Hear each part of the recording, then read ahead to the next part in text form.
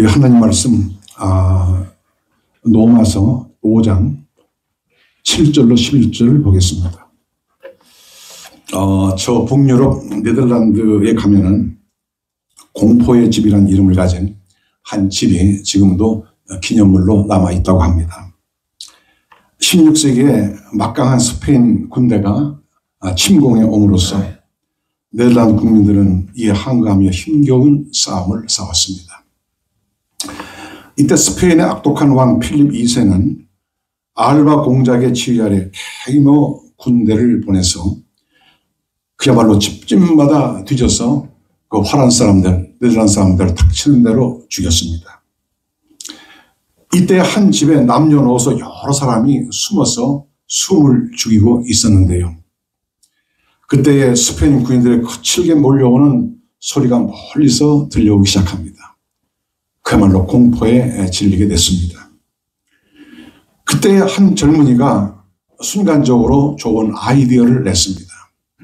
사람들은 그 젊은이의 아이디어를 따라서 염소 한 마리를 잡아서 피를 내서 그 피를 빗자루로 그 집의 문턱과 그리고 현관에 쭉 뿌렸습니다.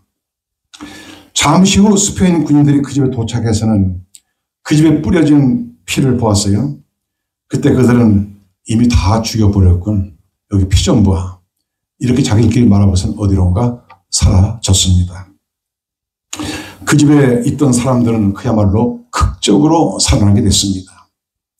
이는 마치 옛날 이스라엘이 애굽에 있을 때 애굽에서 나온 날 밤에 하나님의 명령대로 집집마다 양 한 마리씩을 잡아서 그 피를 각 가정의 문설주와 무인방에 바르고 그때 죽음의 천사가 와서 이미 피가 묻혀져 있는 집을 다 패스 오버했습니다. 넘어갔습니다.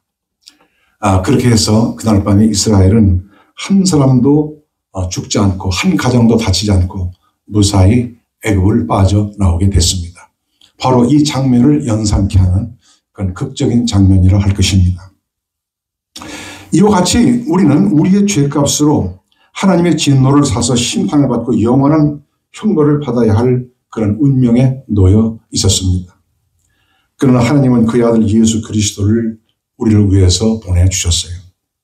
예수님은 오셔서 아담의 후손의 피가 아닌 하나님의 아들의 거룩하고 깨끗한 피를 우리를 위해서 몽땅 다 쏟아 부으셨습니다. 그래서 누구든지 그를 믿는 자마다 값없이 의롭다 하심을 얻게 하시고 구원을 받게 하셨습니다. 이 세상 모든 사람은 다 하나님 앞에서 죄인이에요. 나는 소년 시절 비교적 어릴 때 집안에 제일 먼저 이제 교회를 나가고 예수님을 영접하고 은혜를 받았습니다. 내가 은혜를 받고 보니까 가장 먼저 생각난 것이 우리 믿지 않는 부모님 그리고 형제들이었습니다. 저는 기도한 가운데 동생들에게 예수를 믿으라고 권하고 또 교회를 나가라고 권면했습니다. 그들은 감사하게도 제 말을 듣고 그렇게 했습니다. 그것은 전적으로 하나님의 은혜라고 할 것입니다. 이제 형제들이 다 믿으니까 그 다음에 이제 어머니 있는데 어머니는 아주 좀 수월하게 또 교회를 나가셨어요. 제가 말씀을 드리니까 아주 걸레들리 교회 나가시고 그 신앙생활을 또 잘 하셨습니다. 이제 문제는 아버지인데 우리 아버지는 워낙 그 한국 전통 사상에 또 유교 사상에 이렇게 딱 잡히신 분이라서 예수 믿는 것은 참 맞지 않는 거죠. 그렇게 평생 사셨는데 뭐 예수 믿는다고 금방 그렇게 교회 나가고 뭐 예수 믿겠어요. 그래도 사도행전 16장 31절 말씀 주 예수를 믿으라. 그리하면 너와 내 집이 구원을 얻으리라. 이 말씀을 항상 붙들고 기도했습니다. 그런데 어느 날은 그 말씀이 확 내 마음에 와닿아요. 그러면서 우리 아버지도 이제 예수를 믿으시겠구나. 그리고 그대로 되어진 줄 믿습니다. 우리는 내가 어떠한 사람한테 죄짓기 이전에 먼저 하나님께 죄인이고 하나님께 범죄했다는 사실을 꼭 알아야 할 것입니다. 우리 인류는 다 아담의 자손이기 때문이에요. 하나님을 알지 못하고 하나님과 끊어져 있는 그 자체가 벌써 죄로 죽어 있는 상태입니다. 그래서 에베소서 2장 1절에 허물과 죄로 죽었던 너희를 살리시도다 이렇게 말씀합니다. 우리가 이미 죽었었는데 예수 그리스도 안에서 우리는 산 자가 된 것입니다. 신약성경에 보면은 죄를 표현한 용어를 5가지로 이렇게 보여주고 있습니다.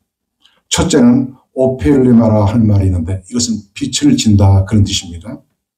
마태복음 6장 12절에 우리가 우리에게 죄 지은 자를 사하여 준 같이 우리의 죄를 사하여 주옵시고 예수님께서 가르쳐 주신 기도문의 일부입니다.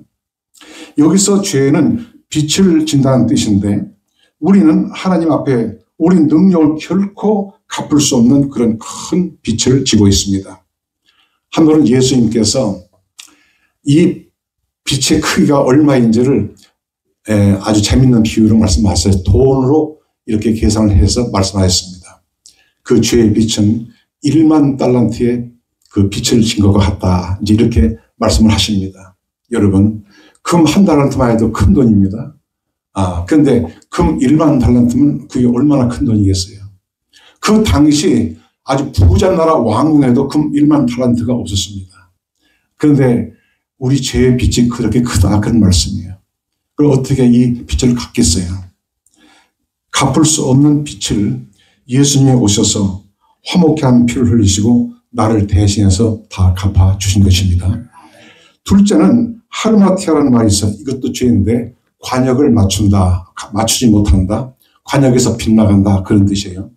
누가복음 11장에 보면은 이제 그런 말씀이 나오고 보편적으로 신약 성경에서 가장 많이 나오는 이 죄의 말이 바로 하말티아라는 말입니다. 이것은 한마디로 하나님이 원하시는 뜻에서 멀리 벗어난 삶을 살았다 그런 뜻입니다. 사람들은 하나님이 원하시는 것이 무엇인지 전혀 생각하지 않고 그저 자행자지하는 그런 삶을 살고 있는 것이에요. 그런데 예수님이 오셔서 하나님 뜻대로 산다는 것이 어떤 것인지를 친히 보여주셨고 하나님 뜻대로 살지 못한 우리를 대신해서 죽으셨습니다. 셋째로 파라토마라는 말이 있어요. 이것은 미끄러진다 그런 뜻입니다. 죄는 나를 미끄러지게 만들어요. 마태복음 6장 14절에 너희가 사람의 과실을 용서하면 너희 천국께서 너희 과실을 용서하시려니와 이렇게 말씀합니다. 여기서 과실이라는 말이 죄라는 말인데 이것이 바로 미끄러진다는 뜻입니다. 이것은 실족하고 넘어지는 말인데 죄와 허물은 우리를 하여금 미끄러지고 넘어지게 만들어요. 미끄러지고 넘어지면 데미지를 크게 입습니다. 죄는 우리를 그렇게 만든다 그런 뜻입니다. 오늘날 이 세상에 얼마나 많은 사람들이 죄로 인해서 미끄러지고 있는지 말할 수가 없습니다. 인간적으로 보면 다 훌륭해 보여도 하나님 앞에서 우리의 인생은 다 미끄러지고 넘어졌습니다. 그러므로 이 땅의 모든 인생은 하나님의 의가 되시는 예수 그리스도 안에 있을 때만 가장 안전한 줄로 믿습니다. 넷째로 파라바시스라는 말이 있어요. 이것도 죄입니다. 이 뜻은 선을 넘어간다, 탈사한다 그런 뜻입니다. 디모전서 2장 14절에 아담이 꾀임을 보지 않고 여자가 꾀임을 보아 죄에 빠졌음이니라. 바로 하와가 마귀의 꾀임에 빠져서 선악과를 따먹은 죄는 하나님께서 금지하신 그 선을 넘어간 것입니다. 또 하와가 자기만 먹지 않고 남편에게 그 열매를 주니까 남편도 받아 먹었습니다. 역시 아담도 선을 넘어간 것입니다. 하나님께서 에덴 동산을 창설하시고 아담에게 이 동산 안에 있는 모든 실과를 내가 임의로 따먹을 수 있지만 오직 동산 중앙에 있는 선악을 알게 하는 나무의 실과는 따먹지 말라. 그것을 먹는 날에는 내가 정령 죽으리라. 이렇게 말씀했어요. 그거 하나만 금하셨어요. 왜 그랬을까요? 하나님은 창조주이시고 인생은 피조물이라는 것을 그거 하나로서 이렇게 구별을 해 놓으신 겁니다. 그런데 그거를 경계를 넘어가서 그 과일을 따먹었어요. 아담과 하와 이후로 인류는 너나 할 것 없이 다 탈선했고 선을 넘어갔습니다. 인간이 만든 법을 지키는 사람도 훌륭하지만 절대 의로우신 하나님의 법을 지키는 사람은 단 한 사람도 없습니다. 오직 예수님만이 홀로 하나님 앞에서 우리의 참된 의가 되십니다. 다섯째로 아누미아라는 말이 있어요. 이것도 죄인데 이건 불법이라 그런 뜻입니다.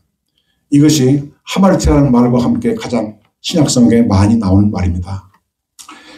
아누미아, 요한일서 3장 4절에 죄를 짓는 자마다 불법을 행하나니 죄는 불법이라. 죄와 불법은 동격입니다. 입법자가 되시고 심판자 되시는 하나님 앞에서 사람은 그저 죄인일 뿐입니다. 죄는 하나님의 진노를 사고 하나님과 원수하게 되게 만들어요. 그런데 독생자의 피는 하나님과 화목케 하고 그리고 의롭다 하고 그리고 화평을 이루게 만드십니다. 로마서 3장 23절 24절에 모든 사람이 죄를 범하였으며 하나님의 영광에 이르지 못하더니 그리스도 예수 안에 구속으로 말미암아 하나님의 은혜로 값없이 의롭다 하심을 얻은 자 되었느니라. 여기 값없이라는 말은 조건 없이 그런 뜻입니다. 행위를 묻지 않고 믿기만 하면 조건 없이 의인으로 인정해 주신다는 말씀이에요. 그리고 구속이라는 말은 이것은 값을 지불하고 죄인을 사서 자유롭게 해방시켜 주신다 그 말입니다. 이것이 구속이라는 말이에요. 예수님이 배고 값주고 우리를 죄에서 마귀의 손아귀에서 사서 우리를 자유롭게 해 주신 것입니다. 계속해 로마서 3장 25절에 이 예수를 하나님이 그의 피로 인하여 믿음을 알면 화목제물로 세우셨으니 이는 하나님께서 길이 참으시는 중에 전에 지은 죄를 간과하심으로 우리 하나님께서 자기의 의로우심을 나타내려 하심이니 이렇게 말씀하십니다. 여기 화목제물이라는 말은 하나님의 진노를 푼다. 이 propitiation이 그런 뜻입니다. 또 간과한다. passed over라는 말은 죄를 보시지 않고 그냥 건너가신다. 그런 뜻입니다. 우리의 피를 보시고 우리 안에는 피를 보시고 그냥 건너가셔요. 우리 마음의 문설주와 마음의 무인방에 우리 예수님의 피로 빨갛게 칠해져 있어야 합니다. 즉 그 피를 우리가 꼭 비벼야 된다 그 말씀이에요. 그럴 때 하나님께서 우리 죄를 보시지 않고 간과하시는 것입니다. 일찍이 영국의 캠벨 모간 목사님은 값없이 구원받는다는 것은 광산의 엘리베이터를 비워서 종종 말씀을 하셨습니다. 모간 목사님이 한 번은 광산에 갔어요. 그리고 갱도에 들어갔습니다. 광부들이 일하는 곳에. 그리고 한 광부를 만났어요. 당신은 어떻게 여기까지 내려오게 됐습니까? 예, 엘리베이터를 타고 내려왔죠. 그러면 엘리베이터를 타는데 얼마나 돈을 지불했나요? 아니요, 한 푼도 지불하지 않았습니다. 회사가 큰 돈을 들여서 이 엘리베이터를 만들었기 때문에 우리는 그저 언제든지 올라갔다 내려갔다 자유롭게 할 수가 있습니다. 그때 모간 목사님 말씀입니다. 옳습니다. 당신이 구원받는데 아무런 대가도 지불하지 않습니다. 이미 하나님의 아들의 생명으로 지불했으니까요. 그렇게 말했어요. 광부 한 사람을 전도해서 구원했습니다. 그 사실을 모간 목사님은 종종 말씀을 하였어요. 본문 8절에는 우리가 아직 죄인 되었을 때 그리스도께서 우리를 위하여 죽으셨다고 하셨고 9절에는 이제 우리가 그의 피를 인하여 의롭다 하심을 얻었다고 했습니다. 그리고 10절에는 그 아들의 죽으심으로 말미암아 하나님과 더불어 화목되었다고 분명히 말씀하고 있습니다. 우리가 구약성경 레위기 16장에 보면은 속죄일에 관한 말씀이 나옵니다. 대속죄일이라고도 합니다. 그날은 염소 2마리를 끌어다가 한 마리는 죽여서 그 피를 지성소의 그 시은 좌에다가 뿌립니다. 즉 은혜의 보좌에 뿌리는 거예요. 그것은 백성들의 죄를 대속한다는 그런 뜻이 있습니다. 그리고 또 한 마리의 염소는 대상이 그 머리에 안수합니다. 모든 이스라엘 백성들의 죄를 대상에 묶어가지고 그 염소에다가 안수할 때 그 모든 죄를 염소에게 전가시키는 겁니다. 그런 다음에 이 염소를 저 광야로 끌고 나가요. 그리고 거기서 풀어줍니다. 그러면 이 염소는 어디론가 홀로 가다가 이제 맹수에게 잡혀 먹히겠지요. 이것이 곧 백성의 죄를 지우한다 그런 뜻입니다. 이와 같이 예수님께서 십자가에 피 흘려 죽으심으로 우리의 죄값을 치러주셨고 우리 죄를 멀리 옮겨주셨어요. 그 염소가 모든 죄를 짊어지고 멀리 간 것처럼 그렇게 예수님께서 가셨다 그 말씀이에요. 시편 103편 12절에 동서에서 먼 것 같이 여호와께서 우리의 죄과를 멀리 옮기셨으며 라고 말씀합니다. 교회의 생명은 복음에 있고 복음의 핵심은 십자가의 피에 있습니다. 그래서 피의 복음이에요. 하나님이 오늘 우리에게 가장 요구하신 것은 우리의 죄를 자백하는 것입니다. 시편 34편 18절에 여호와는 마음이 상한 자에 가까이 하시고 중심에 통회한 자를 구원하신도다 이렇게 말씀합니다. 마음이 상한 것은 죄 때문에 고민되고 마음이 심히 괴롭고 아픈 것을 뜻하는 말입니다. 그리고 시편 50편 10절에 하나님이 구하시는 제사는 상한 심령이라 하나님의 상하고 통해한 마음을 주께서 멸시치 아니하시리다. 이렇게 고백하고 있습니다. 우리가 예배할 때도 가장 먼저 우리가 상하고 통해한 마음이 있어야 돼요. 한 번은 아주 오래된 얘기인데 조영기 목사님이 그런 말씀하는 것을 직접 들었습니다. 자기는 주일을 아침 강단에 서기 전에 꼭 3시간씩 기도를 한대요.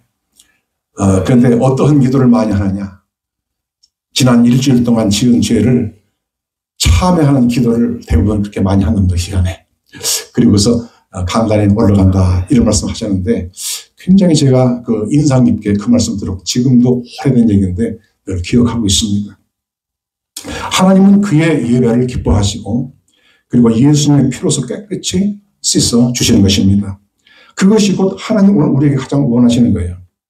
제롬은 주 4세기에서 5세기에 걸쳐 활약한 라틴 교부입니다.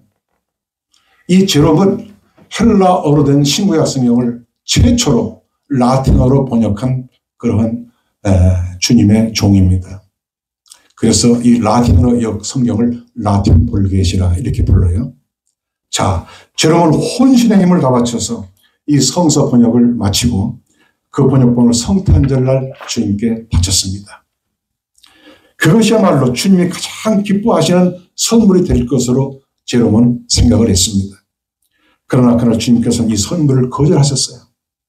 그래서 그는 다시 그동안 그런 자신이 쌓은 덕행과 미덕을 묶어서 주님께 드렸습니다. 그런데 그것도 역시 거부당하고 말았습니다. 제롬은 무엇을 주님께 드리면 주님이 기뻐받으실까 골똘히 생각하고 있는 가운데 주님께서 제롬에게 가까이 다가와서 말씀하십니다. 제롬, 내가 원하는 선물은 네가 번역한 성경도 너의 덕행이나 미덕도 아니야. 나는 무엇보다 너의 죄를 원한다. 너의 죄를 내게 바쳐라. 그러면 내가 사하리라. 그런 다음에야 내가 바치는 다른 선물도 내가 기꺼이 받을 것이니라. 이렇게 말씀했습니다. 제롬은 그때 크게 깨달았습니다. 어떤 사람은 전도하면 내가 돈을 더 번 다음에 그때 교회 가서 헌금 좀 많이 하겠다. 그렇게 말하더라고요. 또 어떤 사람은 전도하면 내가 지금 죄가 많은데 나중에 좀 손 좀 씻고 그러고 교회 가겠다고 이렇게 말씀합니다. 그러나 주님은 먼저 내 죄를 나에게 가져오라고 말씀하십니다. 내가 돈을 더 벌고 내가 착하고 이렇게 되면 주님께 그때 가서 나오겠다는 그런 생각은 그거야말로 참 주님 앞에 합당치 못한 그런 생각이고 오만입니다.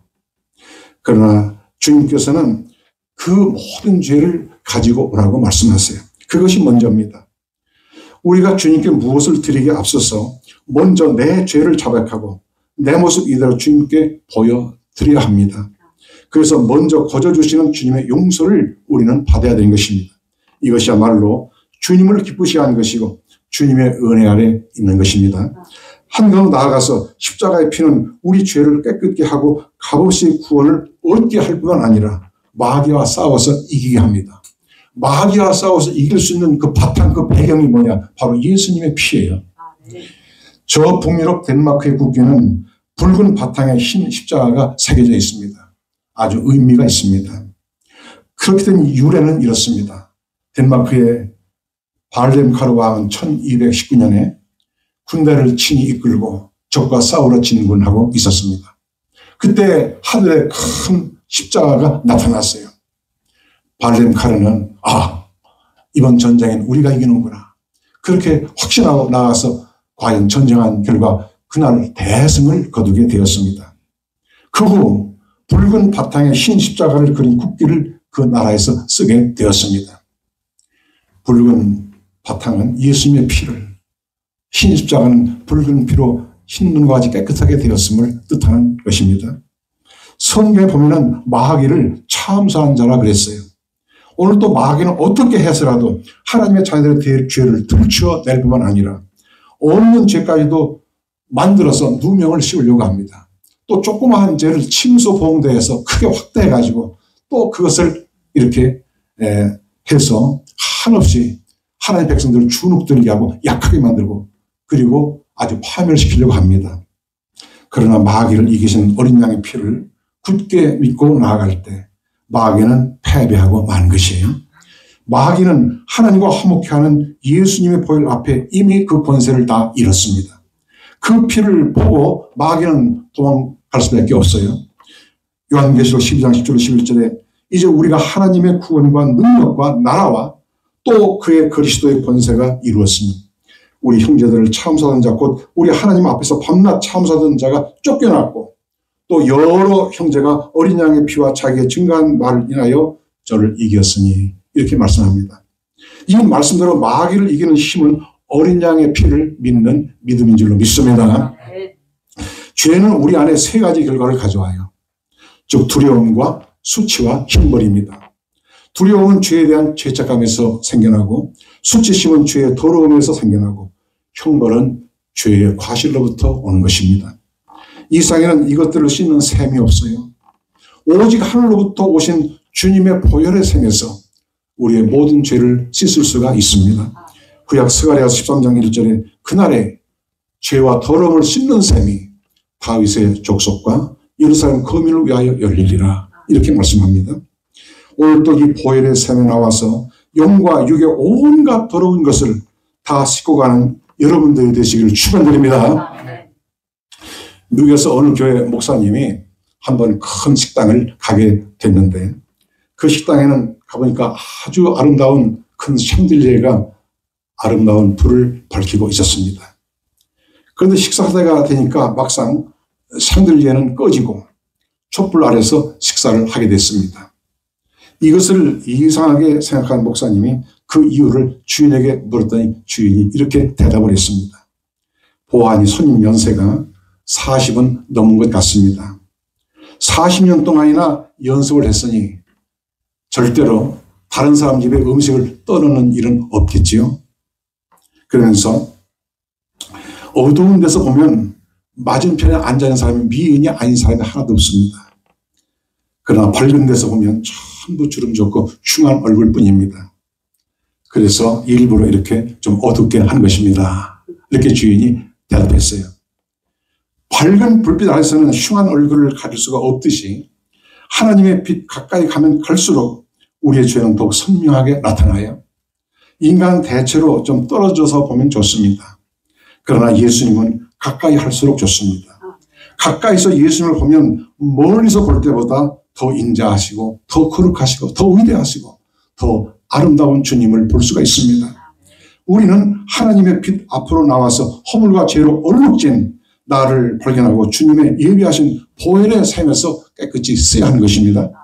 그러면 내 영혼의 주름이 다 사라지고 내 마음과 내 영혼에 깊이 들여온 어두운 그늘이 다 사라지게 될 것입니다. 요즘 많은 사람들이 주름이 생기면 이 주름을 표기해서 무슨 보톡스를 만다고 합니다. 옛날 사람들은 달라요, 노인들도. 그런데 보톡스를 한번 만다고 주름이 다 펴지는 게 아니에요. 잠시 펴졌다가 조금 지나면 다시 도로 그 주름이 생깁니다. 그러니까 계속해서 보톡스를 맞아야 돼요. 자, 그런데 이 보톡스를 언제까지 맞을 겁니까? 그것도 한계가 있지. 연세가 80, 90, 100세 돼서 보톡스가 맞아봐야 뭐 할 겁니까? 우리 교회 어른들은 지금도 주름이 없지만 앞으로도 주름 없을 것 같아요. 네, 보톡스와는 아무런 상관이 없습니다. 예수님의 피로 내 영혼의 주름이 펴지면 얼굴의 주름도 펴집니다. 에베소서 5장 26, 27절에 이런 건 물로 씻어 말씀으로 깨끗하게 하사 거룩하게 하시고 자기 앞에 영광스러운 교회를 세워서 티나 주름 잡힌 것이나 이런 것들이 없이 거룩하고 흠이 없게 하려 하심이니라. 사람이 하나님과 화목이 이루어지는 순간보다 더 기쁠 때는 없습니다. 내 영혼의 주름이 영원히 펴지는 순간이기 때문에 그렇습니다. 우리의 마음이 답답하고 한없이 약해지고 무엇인가에 쫓기는 기분을 가지고 있습니까? 먼저 하나님과 화해하세요. 예수님의 피를 붙들고 그러면 평안과 담력과 믿음이 올 것입니다. 질병 때문에 고민하십니까? 아니면 물질 문제가 나를 한없이 약하게 합니까? 아니면 자녀가 나를 힘들게 합니까? 예수님의 보혈을 의지하고 먼저 하나님과 화목하시기 바랍니다. 그러면 하나님이 반드시 내 편이 되어 주실 것입니다. 예수님의 피는 하나님과 화목케 하는 능력이 있어요. 그 피는 먼저 우리의 죄를 씻어 하나님과 화목하게 만듭니다. 그 피는 나에게 무한한 평화를 보장합니다. 본문 11절 다시 오면 이뿐 아니라 이제 우리로 화목을 얻게 하신 우리 주 예수 그리스도로 말미암아 하나님 안에서 또한 즐거워하느니라. 믿음 생활이 무엇입니까? 바로 화목을 얻게 하신 예수님으로 인해서 하나님 안에서 늘 즐거워하는 생활이에요. 그래서 항상 기뻐하라, 쉬지 말고 기도하라, 범사에 감사하라 이렇게 말씀하지 않습니까? 이것이 바로 우리 성도들의 아주 즐거운 행복한 믿음 생활이에요. 한 번은 청년 몇 사람이 계곡으로 흐르는 강에서 보트를 탈 계획을 하고서 제 실행에 옮겼습니다. 그들이 보트를 타고 목적지 가는 데는 휘어져 구운 것들을 몇 군데 지나가야 돼요. 거기를 지날 때 아주 보트가 많이 흔들리고 또 물살이 급하고 물이 보트 위에 막 쳐오기도 합니다. 자, 그렇지만 그때도 청년들은 당황치 않고 침착하게 노를 저어서 마침내 목적지에 도달을 했습니다. 그들은 도리어 물살이 급한 곳을 헤쳐올 때 통쾌한 기분을 만끽했어요. 하지만 그 중에 한 소녀만은 예외였습니다. 그녀는 물길이 보트를 휩쓸 때마다 크게 흔들 때마다 놀라워서 소리를 지르고 부르짖었어요. 그래도 어쨌든 그 소녀도 배와 함께 다른 사람과 함께 무사히 목적지에 도착을 했습니다. 단지 차이점이 있다면 한 소녀는 걱정과 두려움으로 여행했고 다른 사람들은 두려움 없이 확신과 즐거움으로 여행을 했다는 것입니다. 오늘 우리는 저 시온성을 향해서 먼 여행을 하고 있습니다. 여기까지 가는 데 있어서 우리는 늘 두려움과 염려에 쌓여서 갈 것이 아니라 큰 기쁨과 확신과 감사함으로 찬송하면서 그 나라까지 가야 할 줄로 믿습니다. 다시 7절 8절에 의인을 위하여 중자가 쉽지 않고 선인을 위하여 중자가 혹 있거니와 우리가 아직 죄인 되었을 때 그리스도께서 우리를 위하여 죽으심으로 하나님께서 우리에게 대한 자기의 사랑을 확정하셨느니라 이렇게 말씀하십니다. 우리를 너무나 사랑하셔서 나 같은 죄인을 하나님과 화목해 하시려고 죽으신 주님이 언제나 어디서나 우리를 꼭 붙잡아 주시지 않겠습니까? 오늘 또 화목해 하시는 예수의 피로서 우리 하나님과 화목하고 확신과 기쁨으로 그리고 행복한 순례자로 매일매일 살아가는 여러분 되시기를 예수의 이름으로 축원드립니다. 기도하겠습니다.